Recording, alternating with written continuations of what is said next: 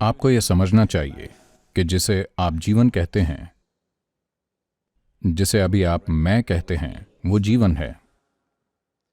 शायद अभी आप सिर्फ अपने व्यक्तित्व की बात कर रहे हैं, जो मूलतः विचारों, भावनाओं, निष्कर्षों, सिद्धांतों का संग्रह है, और बेशक पूर्वाग्रहों का भी। मैं एक महत्वपूर्ण चीज भूल रहा हूं। अपने व्यक्तित्व के उस हिस्से को छोड़कर अगर आप सिर्फ इसे मैं कहते हैं, तो असल में आप इस जीवन की बात कर रहे हैं। यह जीवन प्रक्रिया मैं हूं। यह जीवन प्रक्रिया बढ़ी नहीं है, कृपया गौर करें। यह वही जीवन प्रक्रिया है। अगर आपको गर्भ याद नहीं है, तो कम से कम वो समय याद है जब आप 5, 6, 7, 8 साल के थे, जब शरीर इतना छोटा था। तब भी वही जीवन प्रक्रिया थी। अब भी ये वही जीवन प्रक्रिया है, और ये वही रहेगी जब तक कि आप 5 तत्वों से मुक्त नहीं होते, और तब ये एक अलग संभावना के लिए खुल जाती है। आध्यात्मिक विकास की ये पूरी शब्दावली एक गलत शब्दावली है, क्योंकि आध्यात्मिक विकास जैसी कोई चीज नहीं होती है। या तो आप दूसरी अवस्था में विस्फोट करते हैं या नहीं करते। नहीं, मैंने कई बार विस्फोट तो किया है, लेकिन फिर मैं वहीं आ जाता हूं। ऐसा इसलिए है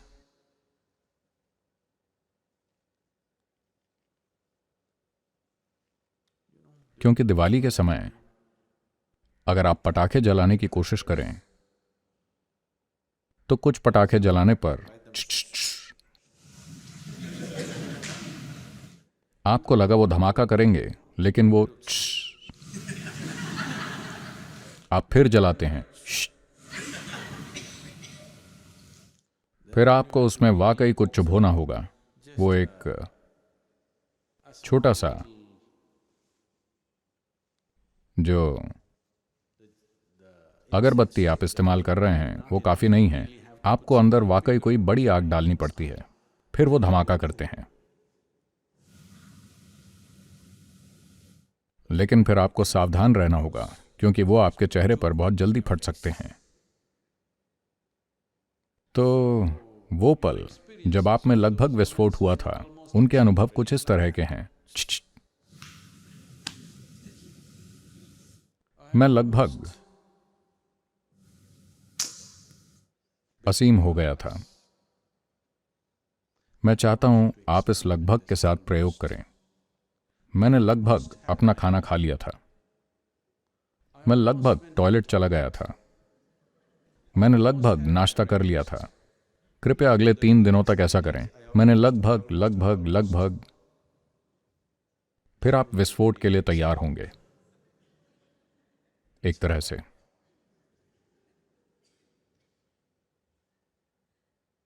तो वो सारी चीजें जो वाकई मायने रखती हैं, आप या तो करते हैं या नहीं करते।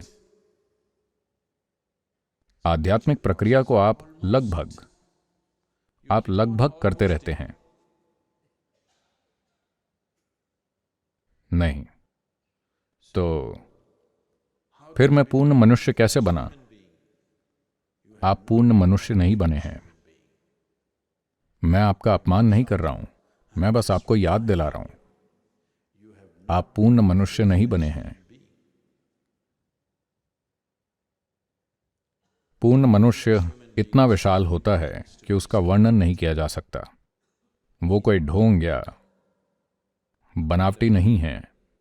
पूर्ण विकसित मनुष्य एक घटना है, और वो धीरे धीरे नहीं होगी। हां, आपको इसे हर दिन विकसित करना होगा ताकि वो एक दिन विस्फोट कर सके, लेकिन ये धीरे धीरे नहीं होती। धीरे धीरे आप परिस्थिति बना सकते हैं, धीरे धीरे आप माहौल बना सकते हैं, लेकिन विस्फोट एक बार में होता है, और जब यह होता है तो कोई इससे चूक नहीं सकता।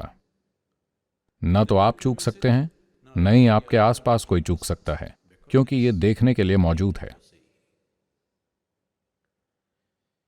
तो जीवन का ये छोटा सा टुकड़ा, ये 2 कोशिकाएं जो किसी के गर्भ में मिली थीं, कैसे शुरू में एक मांस का गोला बन गईं, एक जीवन प्रक्रिया बन गईं, और अब एक मनुष्य बन गईं। मनुष्य, हाँ, एक पूर्ण विकसित मनुष्य नहीं। नहीं, इसके पूर्ण विकसित मनुष्य बनने का मतलब है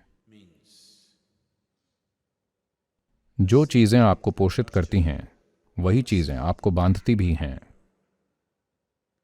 जो चीजें लगती हैं कि आपके जीवन का स्रोत हैं, वही आपके जीवन की सीमाएं भी हैं। इसीलिए लोग इतने भ्रमित हैं कि क्या हटाया जाए और क्या रखा जाए। वो सारी चीजें जिन्हें आप सोचते हैं कि अच्छी हैं, वो बुरी भी हैं। यही समस्या है। अगर ये आसान होता, अच्छाइयाँ अलग होती, बुराइयाँ अलग होती, तो बुराइयाँ आसानी से छोड़ देते। अच्छाइयाँ बुराइयाँ हैं, बुराइयाँ अच्छाइयाँ हैं। यही समस्या है। तो आपको अच्छाई और बुराई दोनों को छोड़ना होगा, या अच्छाई और बुराई दोनों को अपनाना होगा। अच्छाई और बुराई को अपनाना बहुत मुश्किल है। अगर आप ऐसा कर सकें तो आपका जीवन बहुआयामी हो जाएगा। लेकिन आप नहीं कर सकते। आप वैसा करने का दिखावा कर सकते हैं। लोगों का हर चीज को गले लगाने का मतलब है वो हर चीज को अच्छाई से रंगने की कोशिश करते हैं और खुद को संत कहते हैं। इसमें संत होने जैसा कुछ नहीं है। यह बिल्कुल मूर्खतापूर्ण है। दुनिया में जो जैसा है उसे वैसा न देख पाना कोई संत होना नहीं है। यह सिर्फ एक मूर्खता है। लेकिन इसे संत होना मान लिया जाता है। मुझे हर चीज में अच्छाई दिखती है। यह संत होना नहीं है, यह मूर्खता है। हर चीज अलग अलग तरीके से है। अगर आपको नहीं पता कैसे संभालना है तो आप सिर्फ मूर्ख हैं, संत नहीं। लेकिन दुर्भाग्य से इसे संत होना मान लिया जाता है। हर चीज को वैसे देख पाना जैसी वो है और फिर उसे उसी रूप में स्वीकार करना जैसी वो है, बहुत समझ चाहिए। तो बेहतर है हर चीज से थोड़ी दूरी बनाए रखें। थोड़ी दूरी, भागने की जरूरत नहीं है, बस हर चीज से थोड़ी दूरी। आप हर चीज को संभालें, लेकिन थोड़ी दूरी से। यह संभालने का आसान तरीका है। मैं ये नहीं कह रहा कि यह बेहतर तरीका है, यह तरीका अच्छा है। मैं बस ये कह रहा हूं कि यह ज्यादा आसान तरीका है। अगर आपको इसे ज्यादा रोमांचक और मुश्किल तरीके से करना पसंद है तो आपका स्वागत है। अगर आप में इतनी ताकत है कि आप बीच में नहीं टूटेंगे, सिर्फ तभी ऐसा करें, वरना थोड़ी दूरी रखना बेहतर है। आप हर चीज को देखते हैं, इससे फर्क नहीं पड़ता कि वो अच्छी है या बुरी। मैं हर चीज से थोड़ी दूरी रखता हूं, हर चीज से। अब ये क्या सद्गुरु, अभी शुरुआत में आप प्रेम की बात कर रहे थे, अब आप दूरी की बात कर रहे हैं। सिर्फ इसलिए कि दूरी है आप प्रेम कर सकते हैं। कृपया ध्यान रखें, अगर आप कोई ऐसी चीज बनाएं जो ग्रहणशील हो तो जीवन स्वाभाविक रूप से उसकी ओर आएगा। It doesn't matter who you are. इससे फर्क नहीं पड़ता आप कौन हैं। आमतौर पर गर्भ एक स्वाभाविक स्थान होता है जिसे उस संभावना के साथ बनाया गया है कि अगर वहां थोड़ा सा निर्माण होता है तो असल में उस समय वो मांस का एक गोला होता है। जब आप अपनी मां के गर्भ में भ्रूण थे तब आपको संदर्भित करने का यह बहुत ही गलत और अश्लील तरीका है। मैं ऐसा इसलिए कह रहा हूं क्योंकि मैं चाहता हूं कि आप समझें कि यह सिर्फ मांस का एक गोला है। अभी भी आप एक मांस का गोला हैं। उस जीवन प्रक्रिया को छोड़कर जो आपके भीतर धड़क रही है, आप बस एक मांस का गोला हैं, है ना? ये क्या है सद्गुरु? ये सारे अपमान, मांस का गोला, जल का पात्र, आप हमें और क्या क्या कहेंगे?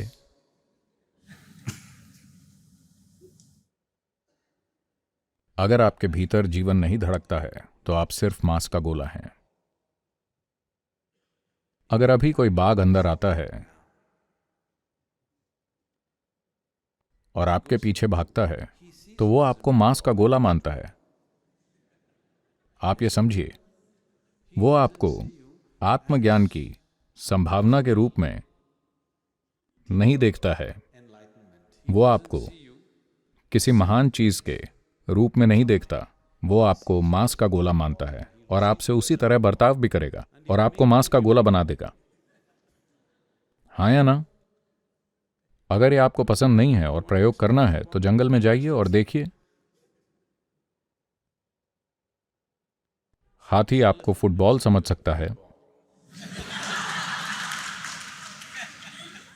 लेकिन बाघ आपको मीट बॉल ही समझेगा। आप फुटबॉल नहीं हैं। आप में से कुछ लोग इस ओर काम कर रहे हैं,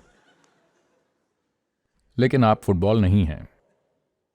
हाथी के बारे में यह गलत धारणा है, लेकिन बाघ की धारणा यही है, आप मीट बॉल हैं, है ना? तो जीवन के आने से पहले आप निश्चित रूप से मीट बॉल थे, लेकिन अचानक जिस पल जीवन ने प्रवेश किया, अचानक ये मीट बॉल एक जीवंत प्रक्रिया और जबरदस्त संभावना बन जाता है। एक छोटा सा मांस का गोला कितनी बड़ी संभावना बन गया है। वो मांस का गोला बुद्ध भी बना, वो मांस का गोला कृष्ण भी बना, वो मांस का गोला इस धरती पर बहुत सी शानदार चीजें बना। तो मैं चाहता हूं कि आप ये समझें कि आज आप जो हैं वो बात नहीं है। अगर आप इसे काम करने दें तो जीवन की ये प्रक्रिया, अगर आप इसे पूरा खुलने दें तो अपार संभावनाएं हैं। प्रकृति ने आपको यहां बुद्धिमत्ता के इस स्तर पर, क्षमता के इस स्तर पर, चेतना के इस स्तर पर फ्री में पहुंचाया है। पूरी यात्रा फ्री है ना? एक अमीबा होने से लेकर एक कोशिका वाले सूक्ष्म जीव होने से लेकर आज आप जो हैं, पूरी तरह से फ्री यात्रा है कि नहीं? पूरी फ्री यात्रा, आपको कहना भी नहीं पड़ा। बस यहां आपसे अपनी चीजें करने की अपेक्षा है। और इसे बोझ न समझें। यह सौभाग्य है कि प्रकृति ने यह तय किया है, सृष्टिकर्ता ने यह तय किया है कि आप इस योग्य हैं कि आपको यह विकल्प दिया जाए कि आप कैसे जीवन जिएं। यह सबसे बड़ा सौभाग्य है कि सृष्टिकर्ता ने खुद यह तय किया है कि आप जिस भी तरह से आप होना चाहते हैं, आप उस तरह से होने के योग्य हैं। कृपया अपनी योग्यता साबित करें, उसे निराश न करें। दुनिया में बहुत से लोग सिर्फ सृष्टिकर्ता के इसी काम से उदास हैं, है कि नहीं? वो उसके फैसले पर भी सवाल उठा रहे हैं। वो जो आपके अस्तित्व का आधार है,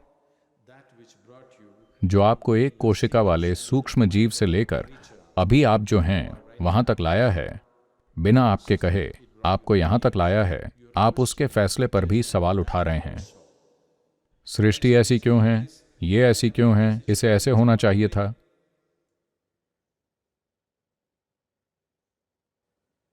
ये बुद्धिमत्ता नहीं है।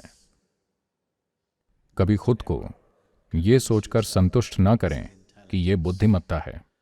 यह अज्ञानता का चरम है। आपको जो सौभाग्य दिया गया है कि आपका जीवन अब पूरा आपका है, सब कुछ आपको चुनना है। इस पल आप जैसे हैं वो आपका चुनाव है। कृपया इस सौभाग्य का आनंद लें। कृपया सौभाग्य का उपयोग करें। Please exercise the privilege. और सिर्फ तभी आप कह सकते हैं कि मैं एक संपूर्ण मनुष्य हूं। आपके साथ ऐसा हो।